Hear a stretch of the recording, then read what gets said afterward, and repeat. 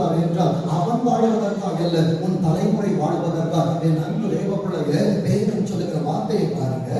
ஒரு திறனமாய் பேசி பீருண்டதையும் என் காணிக்கப்பட்டியதுக்கு சாட்சி. பாஸ்டர் பேங்க்ல வேலை செய்யறாரு, இடிஞ்ச பட்டை பட்டால் அவர் மாற்றிக் கொள்ளுவா.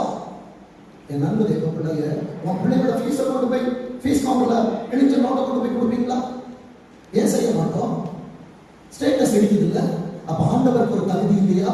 தகுதி இல்லாதவரை ஆராதிக்கிறோமா? வேதம் சொல்லுகிறது, நசல் கொண்டதையும் கொண்டு வந்து காணிக்கையாய் செலுத்துகிறீர்கள். நான் சொல்லல, மறுபடியும் சொல்றேன். அவர் சொல்லுவதை சொல்லுகிறேன். இதனாலதான் அன்னைக்கு நடந்தார், இன்றைக்கு பேச வைக்கிறார். வேதம் சொல்லுகிறது, என்று சேனைகளின் கர்த்தர் சொல்லுகிறார், நீ எவ்வளவு கொடுத்தால் வேல்யூ இருக்கும்னு நினைக்கிறியா? இன்னைக்கு பைபிள்ல இருக்கிற பிரதான காணிக்கை என்ன தெரியுமா?